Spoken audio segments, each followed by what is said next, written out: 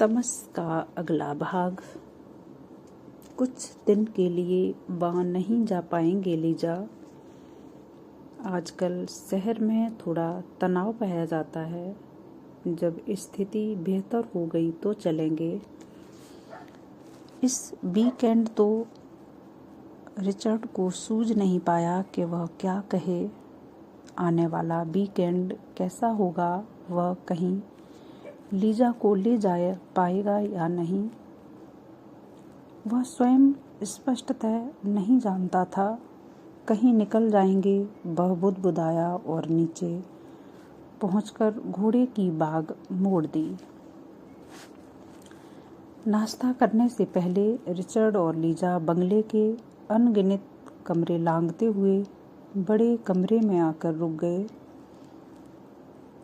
अप्रैल का महीना शुरू होते ही दिन चढ़ने पर ही खिड़कियों और दरवाजे पर पर्दे डाल दिए जाते थे, जिससे घर के अंदर स्निग्ध सा अंधेरा बना रहता और दिन को भी बिजली की रोशनी की जरूरत रहती थी।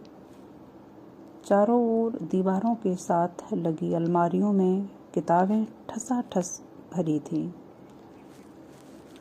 उनके बीच जगह जगह दीवार के साथ लकड़ी के ऊंचे आधार रखे थे, जिन पर बुद्ध और बोधिसत्वों के अनेक ऊर्ध्वकाय बुत रखे थे। प्रत्येक बुत के ऊपर बिजली की रोशनी का अलग से प्रबंध था। बटन दबाने पर रोशनी ऐसे कोड से बुत के चेहरे पर पड़ती कि उसका रूप खिल उठता। इनके अतिरिक्त दीवारों पर भारतीय चित्रकला के अनेक चित्र, अंगीठी पर गुड़िया और ताम्रपत्र पर लिखा एक ग्रंथ रखा था। अंगीठी के सामने शिलालेख का एक बड़ा सा टुकड़ा लकड़ी के कुंदे के सहारे खड़ा था। निकट ही 3 मुड़े और काली लकड़ी की एक लंबी नीची तिपाई रखी थी। यहाँ रिचर्ड पाइप सुलगाकर पढ़ा करता था। यहीं पर खानसामा स्टोव पर पानी की केतली और चाय के बर्तन भी रख जाता था। रिचर्ड को स्वयं चाय बनाकर पीने का शौक था। तिपाई पर अधखुली किताबें, पत्रिकाएं रखी थीं और साथ में पाइप स्टैंड रखा था, जिसमें तरह तरह के 7-8 पाइप रखे थे। तिपाई के एन ऊपर बड़े गोल शेड का लैंप लटक रहा था। पढ़ते समय बत्ती जलाने पर प्रकाश का वृत्त इन्हीं 3 मूड़ों और तिपाई पर ही बना रहता। बाकी कमरे में अंधेरा रहता।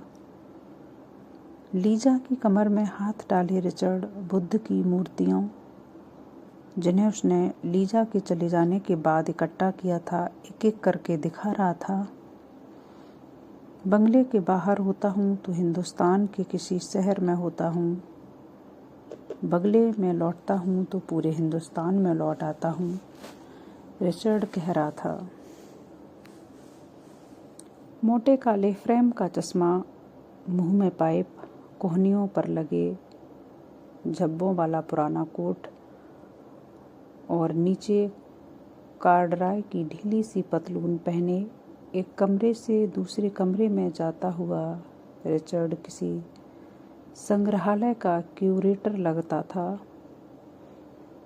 ये बुद्ध की एक मूर्ति के सामने आकर रुक गए। बुद्ध की मूर्तियों की सबसे बड़ी खूबी वह धीमी सी मुस्कान है जो उसके होठों के आसपास खेलती रहती। बुद्ध के चेहरे को ऐसी रोशनी में रखना चाहिए जिसमें यह मुस्कान उघड़ जाए। ठहरो, मैं तुम्हें दिखलाता हूँ, रिचर्ड ने कहा और सामने रखी बुद्ध की मूर्ति को थोड़ा दाईं ओर घुमा दिया और बटन दबा दिया, जिससे बुद्ध के एन ऊपर टंगी रोशनी जग गई। देखा लीजा, रिचर्ड ने चहककर कहा। लीजा को भी लगा कि बुद्ध के चेहरे पर मुस्कान सहसा खिल उठी है, शांत, स्निग्ध, तनिक व्यंग्यपूर्ण मुस्कान। मुस्कान होठों के कोनों में छिपी रहती है। 45 डिग्री के कोण पर से हल्की सी रोशनी डालो तो ऐसे जैसे मुस्कान फूटकर बाहर आ जाती है। अब इसी कोण को मोड़ दूं तो मुस्कान बहुत कुछ ओझल हो जाएगी। लीजा ने मुड़कर रिचर्ड के चेहरे की ओर देखा। ये आदमी लोग कितने अजीब होते हैं, कितना रस ले लेकर पत्थरों और खंडहरों के बारे में बातें करते रहते हैं। कोई स्त्री इन बातों के बारे में जानते हुए भी इतना चहकेगी नहीं, इतनी डीग नहीं मारेगी। उसने रिचर्ड का बाजू दबा दिया और उसके कंधे पर अपना गाल रख दिया। बुद्ध के बुतों की यही सबसे बड़ी खूबी है। एक हल्की सी मुस्कान बुद्ध के होठों पर खिलती रहती है, रिचर्ड ने कहा और झुककर लीजा के बालों को चूम लिया। हर कमरे में तरह तरह की बत्तियां थीं। जहाँ कहीं बैठने का प्रबंध था वहाँ से घंटी की तार किचन अथवा बाहर बरामदे तक गई थी। इन कमरों में घूमते रिचर्ड को देखकर कोई नहीं कह सकता था कि वह जिले का सबसे बड़ा अफसर है। यहाँ पर तो वह भारतीय इतिहास का मर्मज्ञ था, भारतीय कला का पारखी। यहाँ पर तो वह भारतीय मर्मज्ञ था। हाँ, जब वह प्रशासक की कुर्सी पर बैठता तो वह ब्रिटिश साम्राज्य का प्रतिनिधि था और उन नीतियों को कार्यान्वित करता जो लंदन से निर्णीत होकर आती थी। एक काम से दूसरे काम से अलग रखना, एक भावना को दूसरी भावना से अलग रखना उसके प्रशिक्षण की, उसके स्वभाव की विशिष्टता थी। वह एक तरह के काम से बिल्कुल दूसरी तरह के काम में बड़ी आसानी से अपने को ढाल देता। वह निजी रुचियों को सरकारी काम से अलग रख सकता था, अलग से देख सकता था। एक विशेष अनुशासन में उसका जीवन घूमता था। सप्ताह के 3 दिन वह कचहरी करता, जिला मजिस्ट्रेट के नाते मुकदमे सुनता। जब जज की कुर्सी पर बैठता तब वह भूल जाता कि वह हाकिमों का नुमाइंदा है और नेटिव लोगों के मुकदमे सुन रहा है। तब वह न्याय करता, इंडियन पीनल कोड की धाराओं को यथावत लागू करता। एक क्षेत्र के विचार और भावनाएं दूसरे क्षेत्र में उलझ नहीं पाती थीं। इसी कारण से उसे मानसिक परेशानी का सामना नहीं करना पड़ता था। वह कभी भी दुविधा का शिकार नहीं होता था।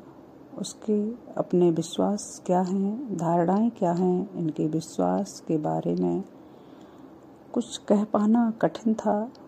शायद रिचर्ड ने यह सवाल अपने से भी कभी न पूछा होगा। जब कभी दुविधा उठती तो वह अपने संवेदन को, अपने विचारों को अपनी डायरी में उड़ेल देता। प्रशासन के क्षेत्र में उसकी निजी मान्यताओं का कोई दखल नहीं था, बल्कि वे असंगत थीं। यह विचार के हमारा आचरण हमारी मान्यताओं के अनुरूप होना चाहिए, एक ऐसा भोंडा आदर्शवाद है जिससे सिविल सर्विस के नाम लिखाते ही अफसर अपना पिंड छुड़ा लेता है। सिर्फ रिचर्ड की अपनी भूमिका क्या थी? शासन में उसका विशिष्ट योगदान किस बात में था? वह उस योग्यता में पाया जाता था जिससे वह ब्रिटिश सरकार की नीतियों को कार्यान्वित करता। उस पैनी दृष्टि में था, उस सूझ में था जिससे वह स्थिति को समझ लेता, तथ्यों को पकड़ लेता। उस चौकसी में था जिससे बिना किसी आहट के ब्रिटिश सरकार की नीतियों को अमली जामा पहनाया करता था। यह तो यह सवाल ही असंगत है कि उसकी निजी मान्यताएं क्या थीं। कोई भी व्यक्ति अपना व्यवसाय चुनते समय उसके नैतिक पक्ष के बारे में सोचता ही कब है। वह तो केवल निजी लाभ और निजी हित के बारे में सोचता है। एक दूसरे की कमर में हाथ डाले दोनों डाइनिंग रूम की ओर चल पड़े। लीजा को घर में यही कमरा सबसे अधिक पसंद था। बलूत की लकड़ी से बनी काले रंग की गोल मेज के ऐन बीचों बीच पीतल की एक चौड़ी गोल तस्तरी रखी थी, जिसमें लाल गुलाब के फूल चुन चुन कर भर दिए गए थे। इस तस्तरी के ऐन ऊपर जालीदार शेड वाला बिजली का लैंप था, जो छत पर से लटक कर सीधा तस्तरी के ऊपर उतर आया था। रोशनी का वृत्त सीधा फूलों की तस्तरी पर पड़ रहा था और जालीदार शेड में से छन छन कर रोशनी टेबल पर रखी चीनी की सुंदर प्लेटों और उसके आसपास रखे लाल रंग के सर्विएटों पर पड़ रही थी। रिचर्ड को इस तरह की सजावट में रस मिलता था और लीजा जानती थी कि उसके साथ रहते हुए उसे रिचर्ड ही की सनकों के अनुरूप अपने को ढालना होगा। मेज पर नाश्ते के लिए बैठने से पहले रिचर्ड दहलीज पर ठिठका हुआ खड़ा रहा। क्या सोच रहे हो? लीजा ने रिचर्ड के कंधे पर सिर रखते हुए कहा। सोच रहा हूँ कि कहाँ से शुरू करूँ। तुम यहाँ के लोगों के बारे में जानना चाहती हो ना, यहाँ की परिस्थितियों के बारे में। मैं कुछ भी जानना नहीं चाहती। मैं यही जानना चाहती हूँ कि तुम दफ्तर से कब लौटोगे। और लीजा हाथ बढ़ाकर रिचर्ड का वक्ष सहलाने लगी। रिचर्ड ने झुककर उसके होंठ चूम लिए। अभी से उबने लगे। उसे फिर से भास हुआ जैसे क्षितिज पर कोई बादल का टुकड़ा नमूदार हो गया हो, जो धीरे धीरे बड़ा होने लगेगा, गहराने लगेगा और समय पाकर सारे आकाश को ढक लेगा। रिचर्ड ने उसे और ज़्यादा जोर से बाहों में भींच लिया, पर रिचर्ड को इस दुलार में कोई विशेष रस नहीं मिल रहा था। उसके पीछे एक प्रकार की आशंका थी कि अब की बार लीजा के साथ कैसे दिन कटेंगे। अपने होठों से लीजा के बाल और माथा और आंखें सहलाते हुए उसे किसी विशेष उत्तेजना का भास नहीं हो रहा था। रात को जिस देह को उत्तेजना और आग्रह के साथ वह लीजा की देह के साथ चिपटाए रहता था, इस समय वही देह उसे स्थूल और मांसल सी लग रही थी। लीजा को बहलाने के लिए वह केवल प्रेम का अभिनय कर सकता था, एक प्रकार का फर्ज अदा कर रहा था। तभी मेज के पीछे अंधेरे में खड़ा खानसामा धीरे धीरे आगे बढ़ाया। रोशनी के वृत्त में पहुंचने पर उसकी सफ़ेद वर्दी पर बंधा लाल रंग का कमरबंद चमक उठा। दबे पांव तनिक भी आहट किए बिना वो मेज पर नाश्ता लगाने लगा। लीजा और रिचर्ड पहले ही की भांति एक दूसरे की बातों में बंधे हुए थे। पहले पहल जब कभी खुलते दरवाजे में खड़े होने से एक दूसरे से प्यार कर रहे होते और कोई खानसामा या नौकर अचानक किसी काम से आ जाता तो लीजा ठिठक कर अलग हो जाती, पर रिचर्ड उसे बाहों में दबाए रहता और खानसामा अपना काम करता रहता।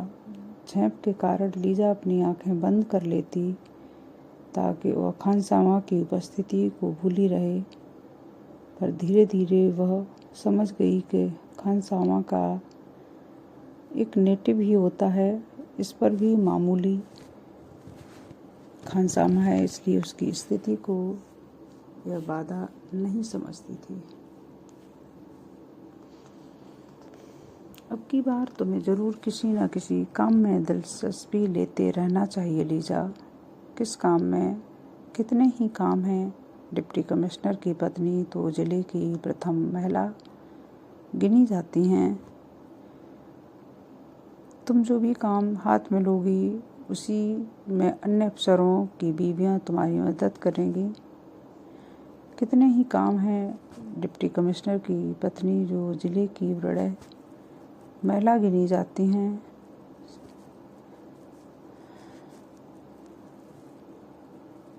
तुम जो भी काम हाथ में लोगी उसी के अन्य अफसरों की बीवियां तुम्हारी मदद करेंगे।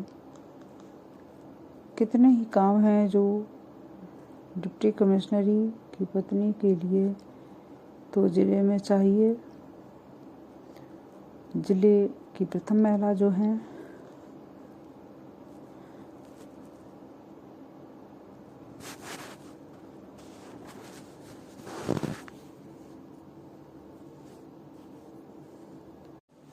मैं जानती हूँ रेड क्रॉस के लिए चंदा इकट्ठा करो, फ्लावर शो का आयोजन करो, बच्चों का फीट तैयार करो, सैनिकों की मदद के लिए कपड़े और जूते इकट्ठे करो, यही ना। एक और संस्था भी है जो यहाँ खोलने का इरादा है, जानवरों की देखभाल और रक्षा के लिए। यहाँ पर अभी तक इस किस्म की कोई संस्था नहीं है। कैंटोनमेंट की सड़कों पर आवारा कुत्ते घूमते रहते हैं, उन्हें हटाना।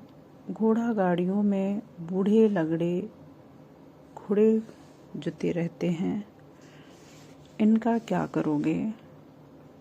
इन्हें मरवा देना चाहिए। इनसे काम लेते रहना तो जुल्म है। आवारा कुत्ते बीमारी फैलाते हैं, हलक जाते हैं तो लोगों को काट खाते हैं। तुम कोई सा काम चुन लो जिसमें तुम्हारी रुचि हो। तुम तो डिप्टी कमिश्नरी करो और मैं कुत्ते मरवाती फिरूं, मुझे क्या पड़ी है। उसने कहा, तुम मेरे साथ मजाक कर रहे हो। तुम हमेशा मेरे साथ मजाक करते हो। मैं मजाक नहीं करता, मैं तो चाहता हूँ तुम किसी न किसी काम में रुचि लेने लगो।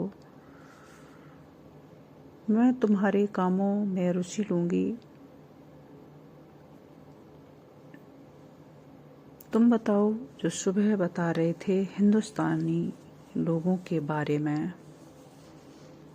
रिचर्ड मुस्कुरा दिया।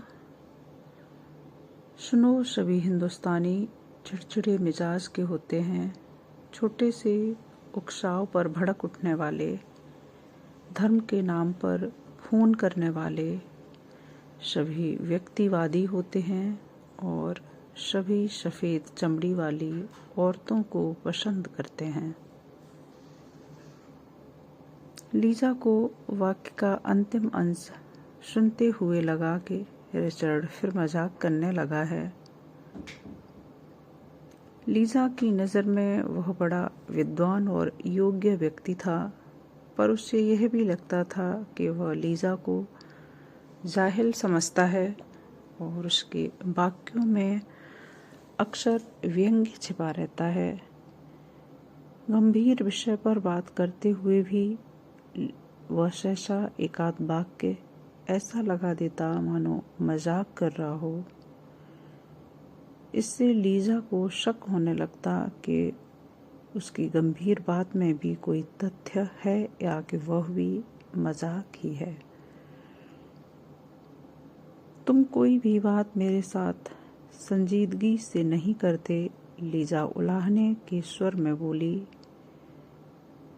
संजीदगी से बात करने में तुक ही क्या है, रिचर्ड ने खोए खोए मन से कहा। सुनो लीजा, यहाँ पर शायद कोई गड़बड़ हो। लीजा ने आंखें उठाकर रिचर्ड के चेहरे की ओर देखा। क्या गड़बड़ होगी, फिर जंग होगी? नहीं, मगर हिंदुओं और मुसलमानों के बीच तनातनी बढ़ रही है, शायद फसाद होंगे। ये लोग आपस में लड़ेंगे। लंदन में तो तुम कहते थे कि ये लोग तुम्हारे खिलाफ लड़ रहे हैं। हमारे खिलाफ भी लड़ रहे हैं और आपस में भी लड़ रहे हैं। कैसी बातें कर रहे हो? क्या तुम फिर मजाक करने लगे। धर्म के नाम पर आपस में लड़ते हैं, देश के नाम पर हमारे साथ में लड़ते हैं, रिचर्ड ने मुस्कुराकर कहा।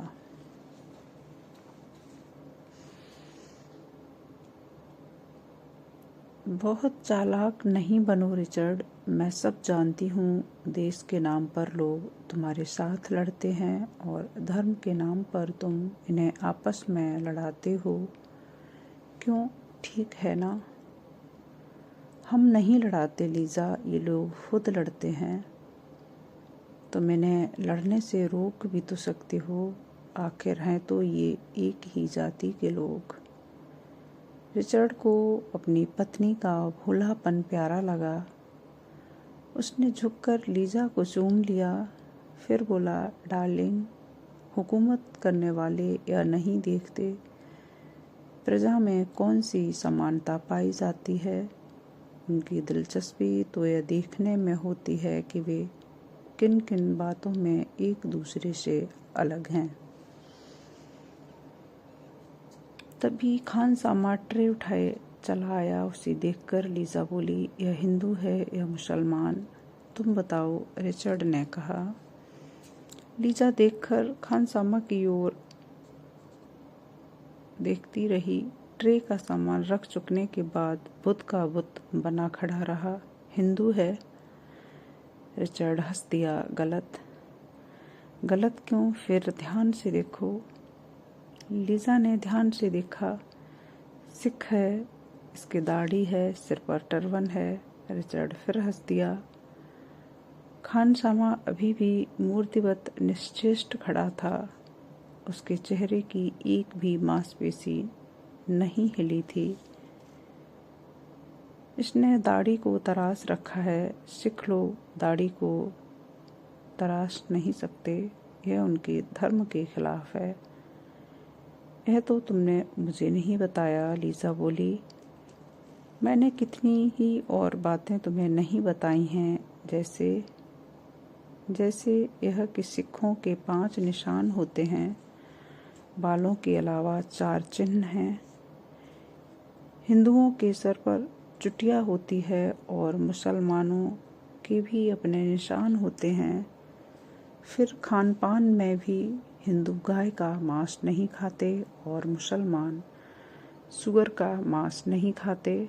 सिख लोग झटके का मांस खाते हैं, जबकि मुसलमान लोग हलाल का मांस खाते हैं। तुम नहीं चाहते कि मैं इनके बारे में कुछ सीख पाऊं। इतनी ढेर सी बातें किसी को याद रह सकती हैं। फिर खानसामे की ओर देखकर बोली, यह सब जान लेने पर क्या मैं देखते ही बता दूंगी कि हिंदू है या मुसलमान? एक एक निशान देखे बिना कोई कैसे बता सकता है? फिर हंसकर बोली, मैं शर्त बांधकर कह सकती हूँ कि इन लोगों को खुद नहीं मालूम होता होगा कि हिंदू कौन है और मुसलमान कौन है। और रिचर्ड, तुम भी झूठ बोलते हो, तुम्हें भी पता नहीं चलता होगा। फिर खानसामा की ओर मुखातिब होकर बोली, खानसामा, तुम मुसलमान मैम साहब, तुम हिंदू को मारेगा।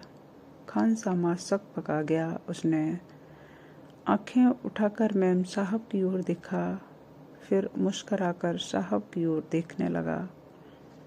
फिर वह आगे बढ़कर रोशनी के वृत्त में आ गया और एक तस्तरी साहब के सामने बढ़ा दी, जिस पर एक तय किया हुआ कागज रखा था, और फिर पीछे अंधेरे में हट गया।